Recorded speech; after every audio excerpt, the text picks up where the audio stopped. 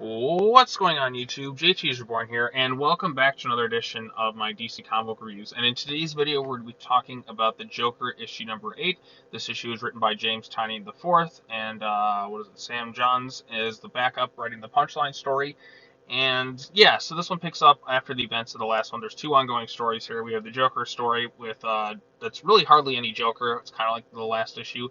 Yeah, I don't know why they even titled this thing the Joker. Yeah, it's about like characters who have dealt with the Joker.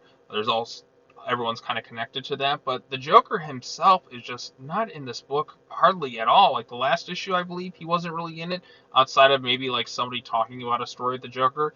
This issue, he's not really in it. Yeah, he's on the cover here and it teases that Joker is going to come face to face with the daughter of Bane, but the Joker himself is not really in it. It's more about her talking about the Joker and her experience of like wanting to kill the Joker on behalf of Jim Gordon and kind of take that vengeance from him, because Jim Gordon, as we know, was hired to track down and kill the Joker for good by some unknown people, which a lot of people are saying like court of owls and all that, and like if he kills the Joker, he gets paid a hefty amount of money and he can finally just kind of retire and put this all to rest. He's just like, do I finally go through and take this guy out once and for all? So that's one thing. And on the other hand, we have the Punchline Back-Up, which is with Harper Row trying to rescue a girl named Kelly from Blackgate Penitentiary, which Punchline pretty much just rules the entire prison. How nobody from the Bat family is, well, I mean, Harper Row's there. How she's able to kind of maintain control over the entire prison is beyond me, especially with this whole trial of Punchline that going on. You'd think somebody would kind of notice that, oh, hey, this girl is seemingly in control of everything. I guess corruption and the whole prison thing. But you'd think a Batman or somebody would have just exposed it for what it really is. I mean, with the GCPD, yeah, there's corruption in there, but Batman and Gordon like kind of slowly weaned out a lot of it over the years. But the Blackgate Penitentiary thing, you mean to tell me that not one person has just kind of pointed out what Punchline is doing? There's no like non-corrupt staff members at this penitentiary. Give me a break.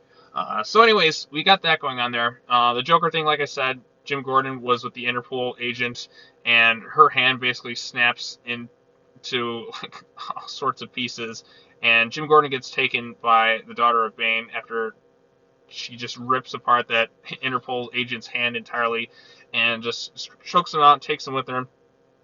And they go off, and she talks about how she wants to be the one to kill the Joker and take his rage. She talks about kind of her origins in that, showcasing all this DNA. There's an interesting thing here too, like you see all these different DNAs for different, for notable foes, and the Batman one was mysteriously taken. So I wonder if that's going to play a factor into something later on down the road.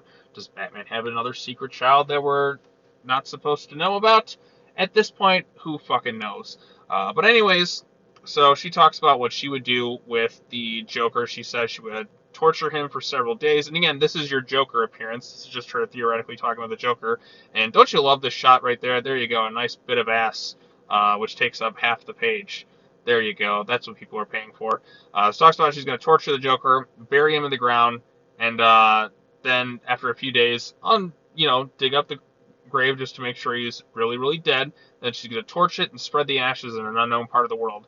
So Jim Gordon just like, okay, so where is the Joker? And then she's like, I know exactly where he's going to be. And Jim Gordon just kind of like had it at this point. Like he's trying to find out where the Joker is, but all sorts of other factors are kind of playing in to it, where it's like another person comes in and is like, okay, you're going to help us take down the Joker, Jim. Everybody in the world is just like coming toe to toe with the Jim Gordon and just, crossing his path on his way to get the Joker, basically. Everyone's just after Joker simultaneously, while Joker's just kind of up there living the high life somewhere, and he's just kind of having a really good time. So we have that going on there, and like I said, we have the Punchline Back-Up with Kelly.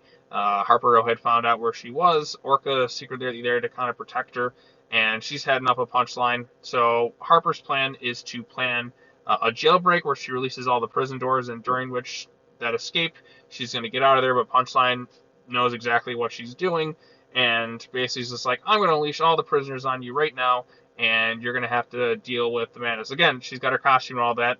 Nobody, like, why even, like, stay in Blackgate Penitentiary at this point where you pretty much rule the whole entire prison? Couldn't you just realistically escape? But I guess she wants to clear her name, but not one person in this entire staff is good enough to kind of point out, like, the evilness of Punchline's plans.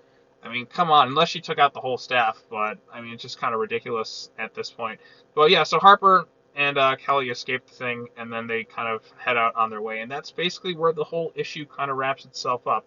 So overall consensus, the Joker issue number 8. It's one of those comics where like I don't like anticipate it every single month. But if it comes out, it's usually like okay. There's some decent issues throughout this run. One of my biggest complaints is the sheer lack of the Joker in a comic book titled The Joker. I really wish like they would have probably titled it something else. Like you really could even just call this thing Jim Gordon at this point. It would be more fitting of a title than just calling it The Joker. Yes, the focal point of the story is all these characters who have dealing with the aftermath of the Joker and trying to track him down. But the Joker himself is just takes such a back seat in this overall comic book. And there's some issues where he doesn't even really appear, except for like when another character mentions him or something. But it's never just Joker having a dialogue scene with Jim Gordon anymore.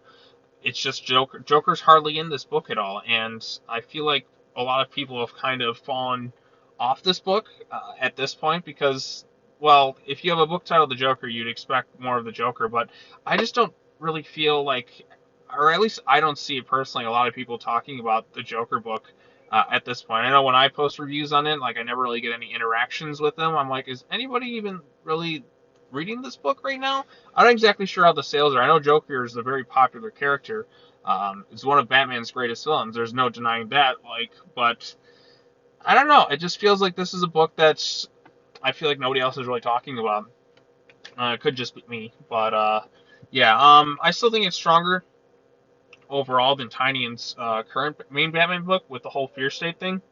But yeah, I think this issue is just kind of okay overall for checking out. The Punchline Back-Up's stronger than the other ones that came before it, but it's still not like this big mind-blowing book right now. I'm just kind of like, whenever an issue comes out, like, okay, I'll read it, and then as soon as I'm done with this video, I kind of forget about the series until the next month when it comes out.